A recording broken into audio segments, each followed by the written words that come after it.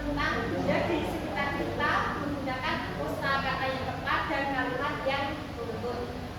Selanjutnya, tujuan pembelajaran. Tujuan pembelajaran di sini mencakup yang pertama menyebutkan ciri-ciri tes deskripsi dengan benar. Yang kedua, mendeskripsikan benda yang diamati menggunakan kata-kata atau menggunakan sifat yang sederhana. Yang ketiga, menulis tes deskripsi sebenarnya sebanyak 3-5 kalimat dengan menggunakan bahasa yang jelas dan beruntun. Yang terakhir, menunjukkan sikap jujur, disiplin, percaya diri, dan rasa syukur dalam kegiatan pembelajaran. Yang selanjutnya, C. Indikator kompetensi. Indikator kompetensi mencakup yang pertama, mengidentifikasi ciri-ciri tes deskripsi. Yang kedua, menentukan kata sifat yang sesuai dengan objek yang diamati. Yang ketiga, menulis tes deskripsi sederhana secara runtut. Yang keempat, membacakan hasil tes deskripsi di depan kelas dengan percaya diri. Yang terakhir, menunjukkan sikap aktif dan bekerja sama selama pembelajaran. Yang D yaitu ada materi pokok dan submateri. Yang pertama, materi pokok. Materi pokoknya yaitu teks deskripsi. Yang kedua, submaterinya yaitu mencakup pengertian teks deskripsi, ciri-ciri teks deskripsi, penggunaan kata sifat dalam deskripsi. Lalu ada langkah-langkah menulis teks deskripsi. Terakhir, menulis teks deskripsi tentang benda di sekitar. Next. Yang E ada sumber belajar. Sumber belajarnya kita bisa mengambil dari buku bahasa Indonesia kelas 3. Lalu kita juga bisa menggunakan objek sekitar atau lingkungan sekitar kelas. Lalu ada contoh teks deskripsi sederhana. Kita juga bisa menampilkan video, gambar benda di sekitar. Dan terakhir kita bisa menggunakan gambar hijab serta musik atau LKTV. Next. Yang F ada media pembelajaran dan metode. Media pembelajaran yang bisa kita gunakan yaitu gambar benda. Kita bisa menampilkan gambar yang menampilkan benda atau video singkat. Lalu ada benda nyata di kelas seperti ada tas, sepatu, pensil, bangku, ada papan tulis. Nah, kita bisa menggunakan benda yang ada di sekitar kelas. Lalu ada LCD atau HP untuk menampilkan media visual. Jadi kita bisa menggunakan perangkat digital menampilkan benda-benda visualnya seperti itu.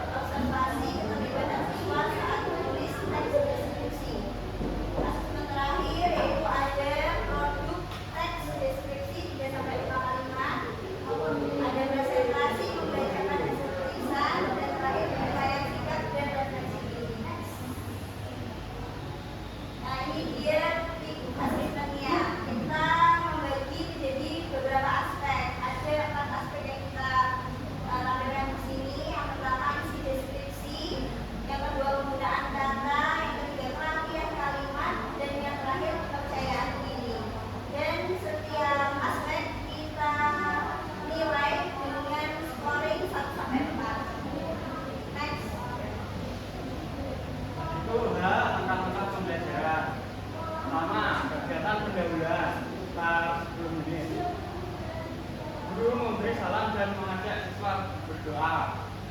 Kedua, belum melakukan presentasi.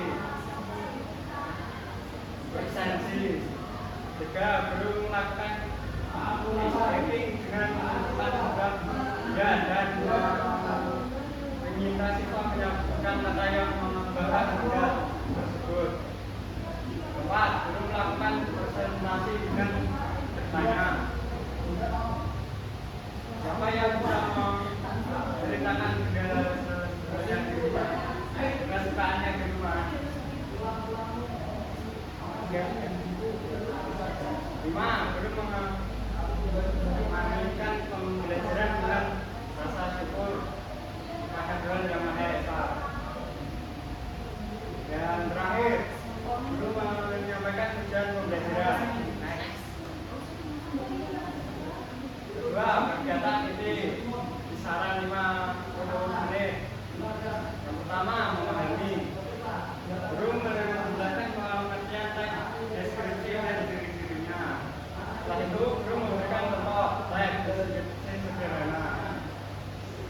Dan siswa membaca contoh teks deskripsi bersama-sama. Guru dan siswa berdiskusi bagian yang menentukan ciri teks deskripsi. Yang B, mengaplikasikan. Siswa mengamati benda nyata di sekitar kelas. Siswa menentukan kata sifat dan sesuai dengan benda tersebut. Dan siswa menulis teks deskripsi sederhana sebanyak 3 sampai 5 kalimat. Dan terakhir, siswa membaca hasil tulisannya di depan kelas. Yang terakhir, merefleksi. Pertama, siswa memberikan komentar positif terhadap hasil karya teman. B, guru mengajak siswa merefleksikan pengalaman belajar. 3, apa yang menyenangkan saat menulis deskripsi. 4, apa yang masih sulit.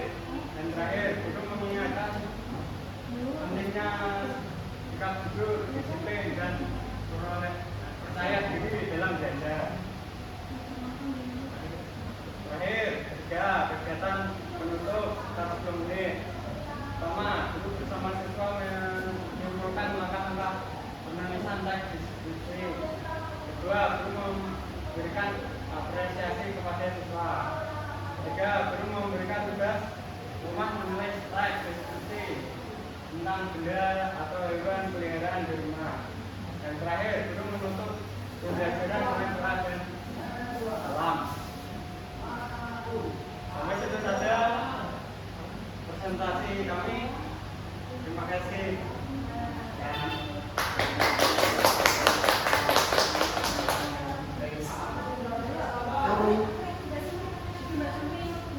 Itu